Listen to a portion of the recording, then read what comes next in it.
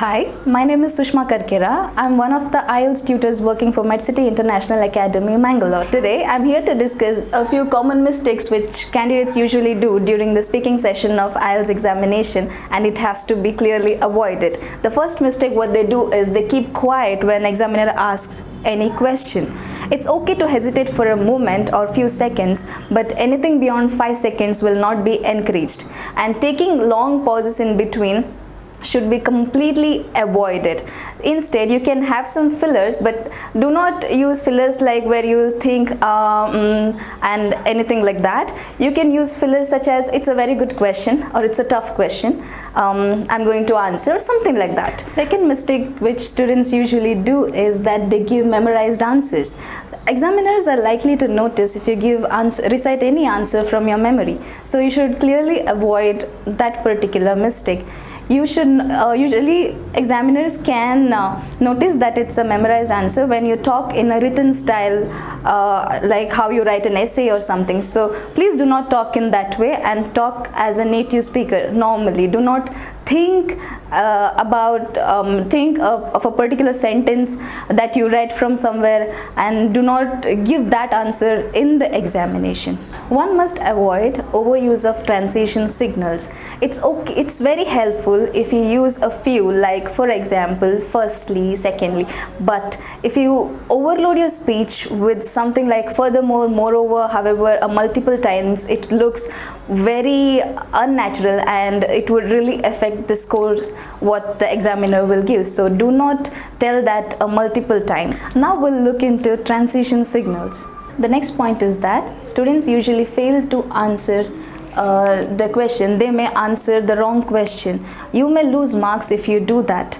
And if you don't address the question properly, the examiner will not be able to score you appropriately. So you should avoid answering. Before you start talking, you ask yourself first that what did you hear and what you're going to speak. But that doesn't mean that you'll take long pauses. Without taking long pauses, you just think that what did the examiner ask, you think what you're going to talk, and you just tell that.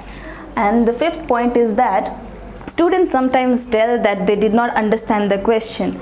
You will not be encouraged if you say that. It's okay. At times we may not be able to understand. We can ask the examiner once that what the question was. Sorry, I did not hear, or something like that. But you please don't overdo it and do not irritate the examiner. Saying too much or too little is another mistake which candidates usually make. If you say too much, you may not be able to put across your thought in a compact and concise manner. On the other hand, if you say too little, you may not give enough information to the examiner.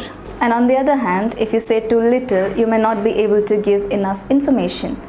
And also, pronouncing something in a very different way will not fetch you good marks. Poor pronunciation do cost you a lot in your examination. Practice a little bit before you go for IELTS speaking session. See how a native English speaker would pronounce that particular word, and then you go to the exam and pronounce it in a similar way. Do not carry any mother tongue influence in your pronunciation.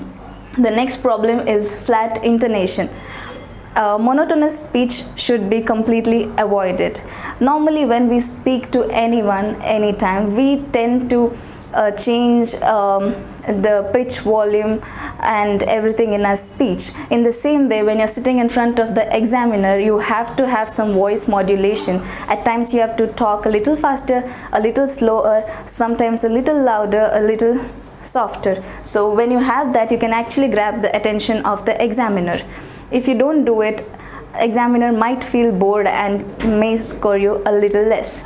The last problem is asking for the examiner's opinion. Examiner is the one who has to be asking you the question. You're not the one who has to do it. Please do not ask the examiner's opinion. Just answer to the question. So these are the 9 common mistakes which candidates usually do in the speaking session of IELTS examination. Thank you.